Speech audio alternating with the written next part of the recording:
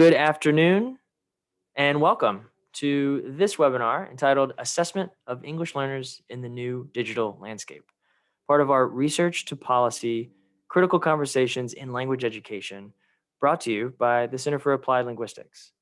My name is Trey Calvin. I will be your Zoom technician today. Very briefly want to describe some of the ways that you can participate in today's very brief 30-minute discussion with our three panelists today. So at the bottom of your Zoom screen, you'll notice that there is a Q&A box. Please, we want your questions and we would love to be able to read your thoughts in there. So if you do have a question for one of our panelists, make sure it's in the Q&A box. We also are allowing the chat feature to be used. So if you see someone that you know in the attendees list, you want to say hi, you certainly can do that as well. And with that, I will end my spiel of being the Zoom technician. And I'll turn it over to one of our board members at the Center for Applied Linguistics, Dr. Lai-Ying Chen.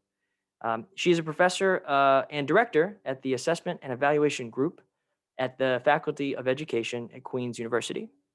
Her primary research interests are the impact of large-scale testing on instruction, the relationships between assessment and instruction, and the academic and professional acculturation of international and new immigrant students, workers, and professionals. Lai-Ying, thank you for being with us today. And with that, I will turn it over to you.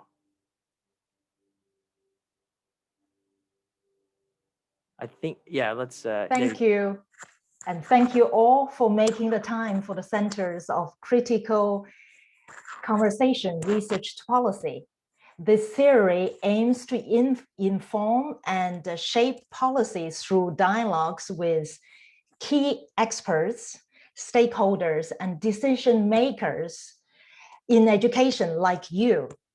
Today, we're focusing on assessment and its tremendous impact on English learners. I'll first introduce our panel. Dr. Shujing Yan is the Director of Psychometrician and Quantitative Research at the Center for Applied Linguistics. She directs the psychometric and quantitative research team and also serves as a senior psychometrician for Access for English language learners. In her current position, she directs and designs studies on the outcome of quantitative and psychometric research in relation to language assessment projects. Shujing and I will moderate this section. Dr. Lorena Losa, our keynote speaker, is Associate Professor of Education at the Steinhardt School of Culture, Education, Human Development at New York University. She's also one of the lead investigators of newly informed Center for Success of English Learners, funded by the Institute of Education Successes, by the Institution of Education Sciences. Her research focuses on the instruction and assessment of English learners in school.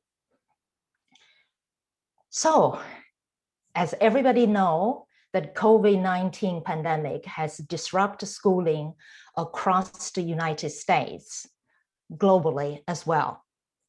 This has heightened the existing inequities in education for historically marginalized students group like English learners. So Lorena, can you start by updating the audience on the current status of assessment as it impacts English language learners? Hi, everyone. Li-Ying, thank you so much for the introduction and for your question. I want to say hi to everyone. I see everybody's greetings coming in the chat. And a special thank you to the Center for Applied Linguistics for the invitation. We have a very short 30 minutes to talk about assessment. So let's get started. Yes, let's set the stage. As all of you know, last spring, when the pandemic hit and the schools shut down, the Department of Education made the decision to cancel all testing. So no testing took place last year. Then we all saw and we know very well that the pandemic had impacted schooling for all students. But we also know that some groups, and among them English learners, were disproportionately impacted by the pandemic. So one of the reasons for that has to do with a broader theme of this webinar series, digital equity. The reality is that many students, many who are English language learners, do not have access to the internet and to devices.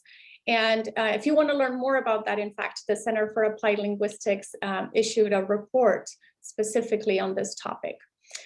So this spring, in February, the Department of Education decided that they would not grant a waiver to states for assessment. That means that, that states do have to do their high stakes tests in language arts and math. They are allowing, the Department of Ed is allowing some flexibility. States can administer shorter tests. They can have longer testing windows. They can do remote administration. They also issued specific guidance for the assessment of English learners, particularly in relation to English language proficiency assessments. And again, if you want the nitty-gritty and all the details on the guidance, what I would recommend is to check out a brief that was led by one of my colleagues at the Center for the Success of English Learners, Diane August, and a webinar. And Trey hopefully will put a link to that. And then you can read all the details of the specific policies and guidelines. But basically the guideline is that annual testing, annual English language proficiency testing has to take place. We also found out recently that WIDA, ALPA 21, New York State, all these big test groups that assess many of English learners around the country have announced that they're not able to offer remote administration of the English language proficiency assessments, meaning that students would have to go to school sites to be assessed. California is the one place I know that is offering both remote and in-person options for their LPAC, their English language proficiency assessment. So if you have seen the news, you know that the decision to require states to move forward with assessment has been controversial, and there's been a lot of pushback. So the rationale that the Department of Education uses is that they claim that they need the data, and that the data is important in order to identify inequities and then use resources, target resources appropriately to address those inequities. On the other hand, those who do not think testing should happen this spring argue that all those flexibilities in assessment that the department is offering, like shorter tests, longer testing windows, remote and in-person instruction, might actually impact the quality of the data. And therefore, any comparisons of performance with previous year or among groups to offer meaningful information, it just won't be all that helpful.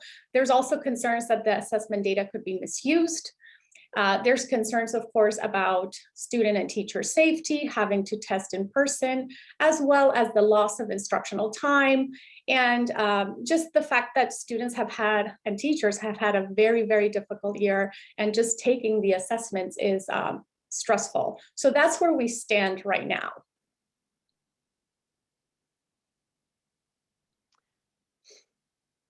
Thank you. Lorena, can you outline specific challenges presented by the pandemic for the assessment of English learners? Yes, so thank you for that. I want to expand on this concern about the quality of data that we would get from state assessments in spring 2021, because many of those concerns that are being expressed center around the validity of score interpretations. So questions like, what does the score mean? What does it represent? Is the score an accurate reflection of what the students know and can do? And in general, there are a number of factors that need to be considered when you're interpreting scores, and that is particularly the case right now. And again, one more resource, I know people like resources. There's a recent report by the National Academies that outlines all these issues of assessment, not specific to English learners, but in general for spring 2021. So some of the factors that impact score interpretations are things like, What was the content of instruction? Were all the standards that are in the test actually covered in instruction? What was the instructional mode? Remote, in-person, hybrid? What was the quality of instruction? How much instructional time did students actually get? So there's all these questions of what we often call opportunity to learn. Students have opportunity to learn. There are also questions about the context and the condition of test administration, right? Are students who have been doing school remotely having to go to a school building to assess could create anxiety in what is now an unfamiliar environment for them. Similarly, taking a test at home with all the distractions that that could imply could be problematic as well. And finally, another concern, obviously, in taking assessments is the social and emotional well-being of the child. So one silver lining in all of this is that people are asking real questions that directly speak to test validity. So as someone who thinks about assessment a lot, it's exciting to hear people ask questions that relate to assessment. They're asking questions about what scores actually mean.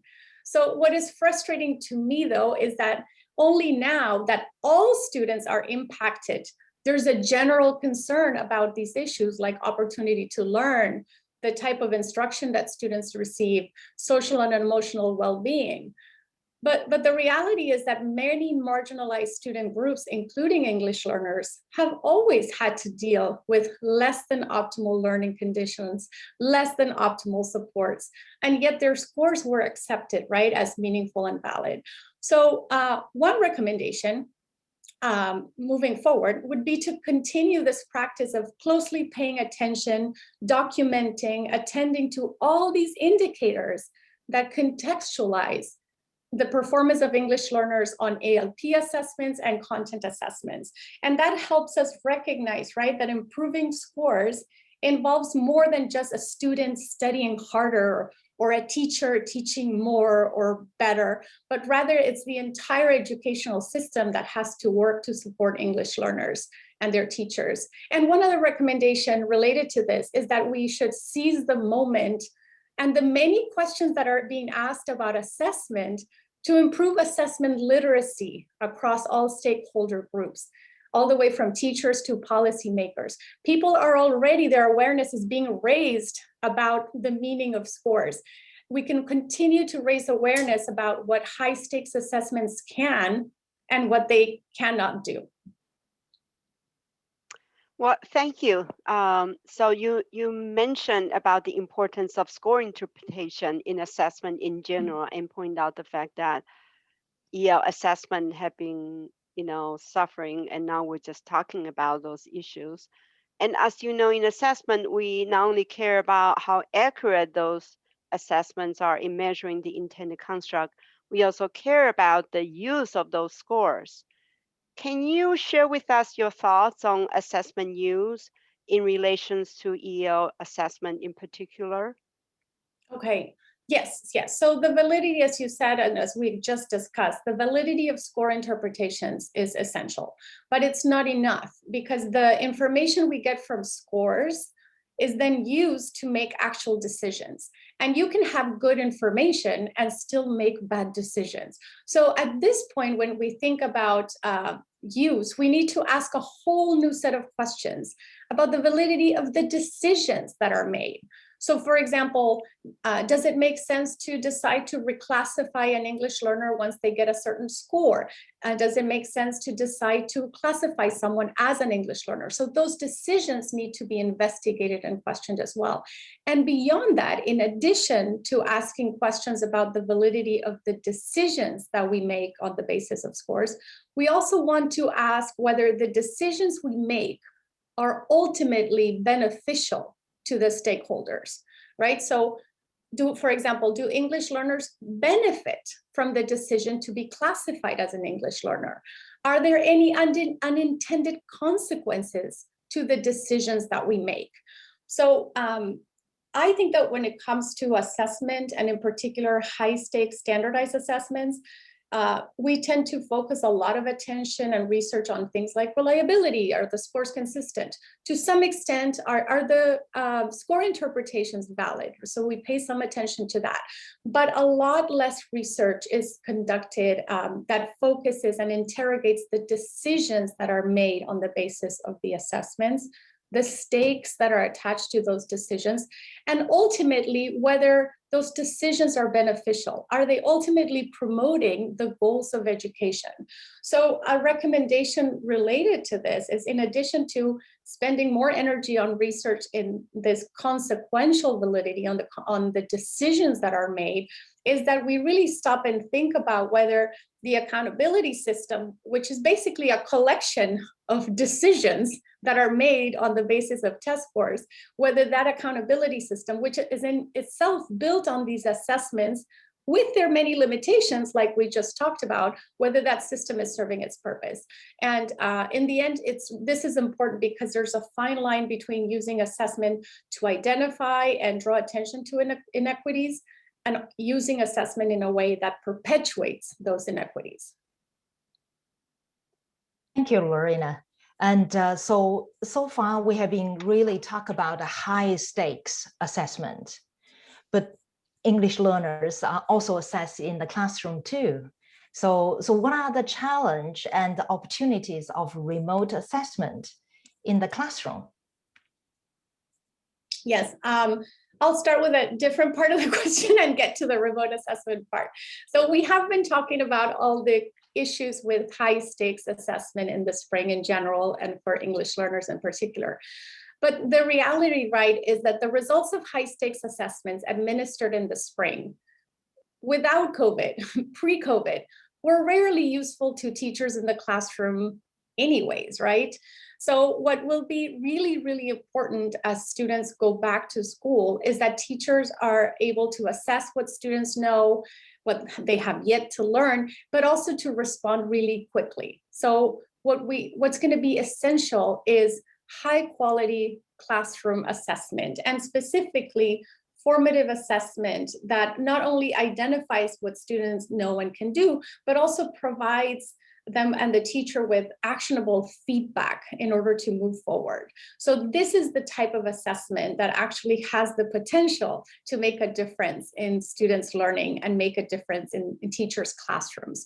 So first, one recommendation related to that is to invest in building teachers' capacity for developing and using classroom assessments, specifically formative assessments. And then that is needed because surprisingly, at least pre-service teachers don't often get sufficient preparation on the use of assessments, especially classroom, well, any kind of assessment really. But to accompany that, we also need to be mindful to allow teachers the time to engage in this kind of assessment, and more importantly, to do the follow-up work to the assessment, the feedback aspect of it, for it to actually work. So one of the reasons teachers often do not engage in high-quality formative assessment practices is due to lack of time. And they feel this lack of time because there's a pressure to follow this pacing plan and to cover more information. So that's one thing that's concerning as we think about kids going back to school and the idea of learning loss, that the solution will be to cram students with more and more information. And that would work completely against the benefits that really meaningful classroom assessment practices could bring and have for students in the classroom. But back to your original question about English learners in particular, and in the spirit of identifying silver linings. One silver lining of remote instruction has been that teachers have discovered different ways to assess students and to allow them to demonstrate what they know, taking advantage of technology. So many teachers have moved away from traditional assessments that privilege the written modality and have moved towards multimodal assessments. And this is beneficial to all students, but particularly for English learners, because the different modes, whether it's visual or oral versus written, offer different affordances, and students are able to demonstrate what they know and different levels of what they know in each mode. Another silver lining from remote instruction has been that some teachers have been able to structure their instruction such that they get opportunities to work with small groups of students at a time. So this allows for more in-depth, open-ended questions and scaffolded conversations that allow teachers to engage with English learners and really figure out what it is that they know and what they're still developing. And in ways that they wouldn't get from the student if they just gave them a traditional assessment. So another final recommendation is that we continue to use some of these practices that emerge from remote instruction: multimodal, interactive, dynamic, formative assessment, in combination with substantive instructional time devoted to it, because this is the type of high quality formative classroom assessment that has the most potential for supporting English learners moving forward. Thank you for all of this, very informative. There's lots of things going on. So I think one of the things we wanted to think about is you talk about the collaborative piece of different stakeholders. And we started this critical conversation is because we want to have the stakeholders to bring in so we can support the students learning together. So I just wanted to ask one of the questions, which is put by our participants, because this is the conversation we need to have, is one of the participants mentioned that in Arkansas now, they allow children to be served through bilingual education and native language instruction. And we need to think about our English learners, because they come to the country, to the schooling with very different, with already a diverse language and culture. Mm-hmm. So what do you think about what's going on? So should we, how do learners and children benefit from bilingual education or heritage and native language instructions? Oh, absolutely. I thought you were heading in an assessment direction, but I'm happy to speak about that. Absolutely, we should always use all of the resources that students bring to the classroom and engage who they are as definitely as strengths, and structure our instruction in such a way that leverages everything that they bring in and all that they are. So one of the advantages, for example, of classroom-based assessment is that, and multimodal assessments in particular, is that in addition to allowing students to communicate and express what they know in using different modalities, is that one of the modalities is that they can express themselves in different languages and their own home languages as well. So we definitely should, there's just no question that that is truly, truly important for a number of both educational but also societal reasons, that should be promoted and encouraged. And classroom assessment is a place where that can happen for sure. So in that case, how does, if we flip to the large-scale testing, is how does large-scale testing or statewide testing is dealing with all those languages our English language learners bring it in? Yeah, okay, good question. So the issue of English language proficiency testing in particular is that is it's required by law, and it's part of civil rights law, right? That students should be given the opportunity to learn English. I think where we could be more creative, and I think we're moving in that direction, is being increasingly flexible about how we think about what it means to be able to use English or to be proficient in English. And I think the field is, moving away from definitions of English language proficiency as speaking this flawless English or having perfect grammar, and rather we're much more interested in what can kids do with language. What can kids do with all of their languages? And starting out from students' engagement in the content areas, for example, and then using that as a way to help them develop English. So I think one important thing that we have to keep in mind is that English proficiency is not a prerequisite for engaging in school. It's not a prerequisite for doing math or science. In fact, it's in the process of engaging in school and engaging in disciplinary learning that students simultaneously can develop the English proficiency for the purpose of communicating those disciplinary meanings specifically, right? So I think one way that we need to be very mindful is, one, keeping in mind that any assessment, English language proficiency or otherwise, is just one piece of information that should never be used in isolation without any other types of information, but also continue to work at how are we assessing English language proficiency? What do we mean by it? And what are the things that we value? How important is it if a kid doesn't get a subject-verb agreement right versus whether they can argue using evidence, right? And what are we valuing and privileging in our definitions of English language proficiency? While in the classroom continuing to, promote multilingualism.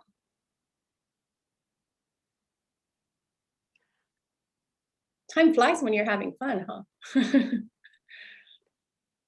So I have trouble finding specific questions from the audience. I will do that later, but I have a specific question because I know I don't know much about this area of assessment literacy. It's very, very important to increase assessment literacy. Can you talk about concrete ways that we may be able to do that? Yeah. As a person who knows assessment, what can I do, do my part to help people understand assessment in terms of what it can or cannot do?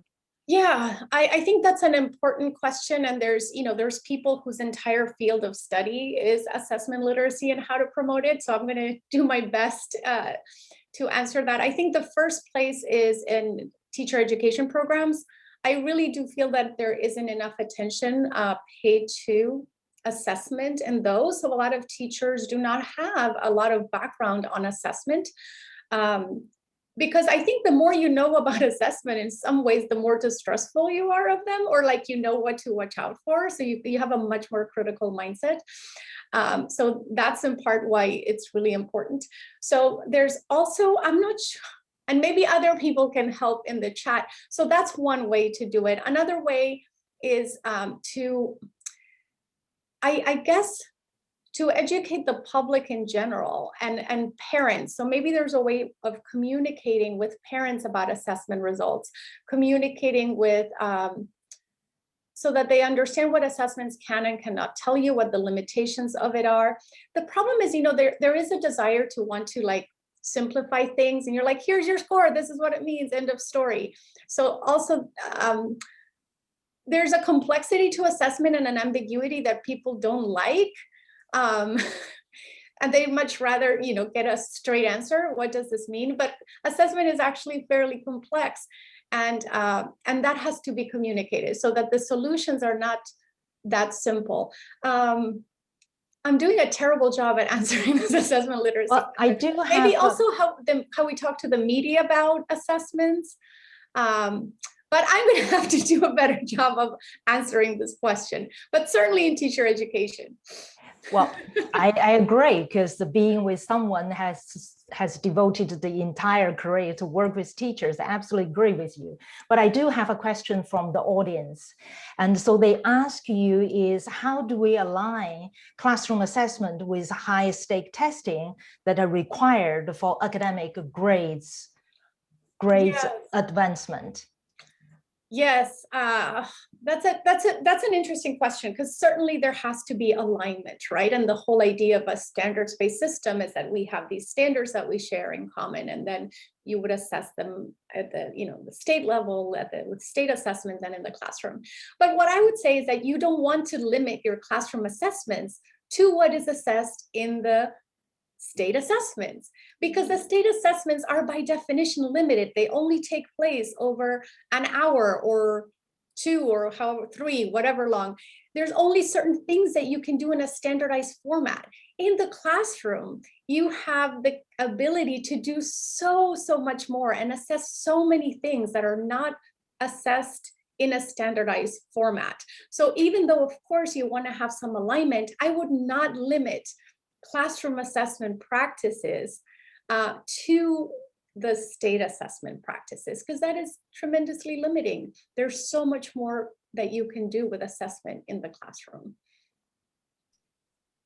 Yeah, do we have time for one quick question? And no, I have a question, and which is a shorter question from the audience to ask is, where are those multimodal assessments?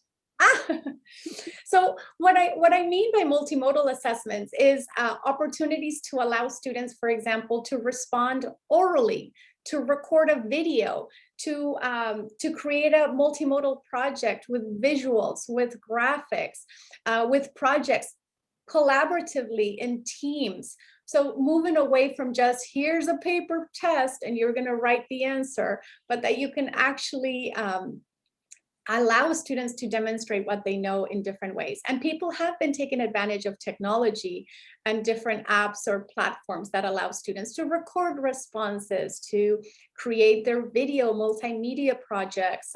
So there are a lot of exciting things that we can do. And the classroom is the place where we can experiment in those ways, for sure. Thank you.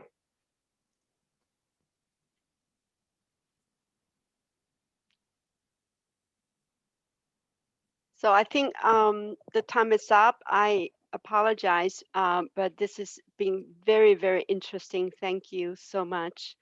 And I'd like to offer just a few closing remarks on behalf of Cal. Last week, the Education Secretary stood by federally mandated testing after more than 500 education researchers asked him to reconsider the rules.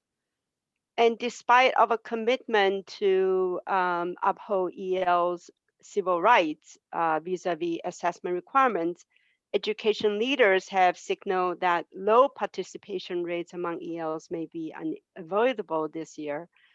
And we suspect that this is probably due to the fact that the assessment participation is linked to whether the schools have reopened either partially or fully.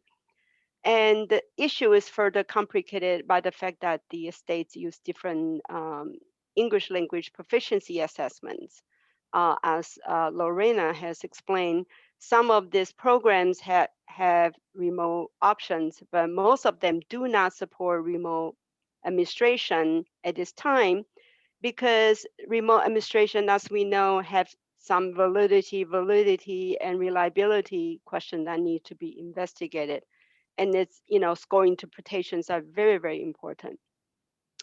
However, all the programs try to offer some alternatives in assessing students digitally. For example, WIDA has developed a remote screener as a temporary screening tool available for grades K to 12 to help teachers identify language development needs of their students. And last June, Cal released a report called Internet Disparity Challenges, which shed light on how lack of broadband access, particularly affects ELs and students of color. So let's be clear, assessments play a critical role in the education and the assessment of progress of the 5 million EL students enrolled across the country. However, as Lorena has pointed out, statewide assessment are not the only window into students' learning. Summative assessment alone cannot account for all the progress that ELs demonstrate. For example, the Center for the Success of English Learners have recently released a brief which differentiated recommendations on how to approach assessment in a remote, in-person, or hybrid environment. Although we cannot ignore the civil rights protections vis-a-vis national assessment requirements, which were originally created to ensure the students are afforded equal opportunity to learn, we must also recognize the trauma this country's students, teachers, and parents all have been living through when in-person interaction and internet connectivity can be scarce or non-existent. And we need to think about how can we provide resources, not just for helping ELs, but we also have a lot of language learners in this country, right?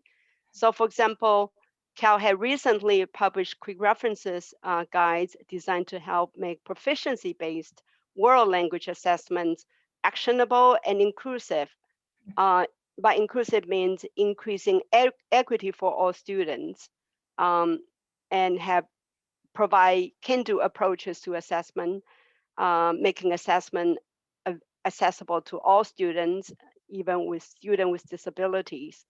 How can we support and build social emotional learning competencies in world language classrooms?